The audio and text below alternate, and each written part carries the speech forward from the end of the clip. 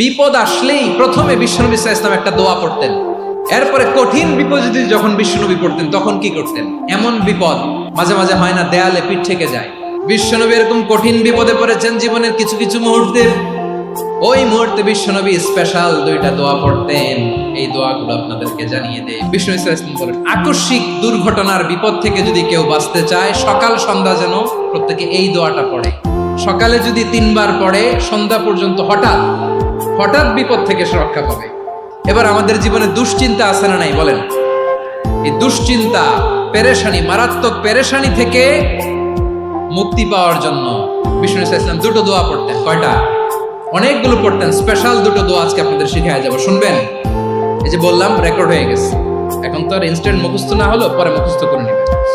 সাইয়েদনা আবু বকর রাদিয়াল্লাহু তাআলা বিষ্ণু ইসলামকে বললেন, ইয়া রাসূলুল্লাহ আল্লিমনি দুআআন আদউ বিহি ফি সালাতি। নবী হে, আপনি আমার এমন একটা স্পেশাল দোয়া শিখায় দেন যে দোয়াটা আমি নামাজে পড়ব।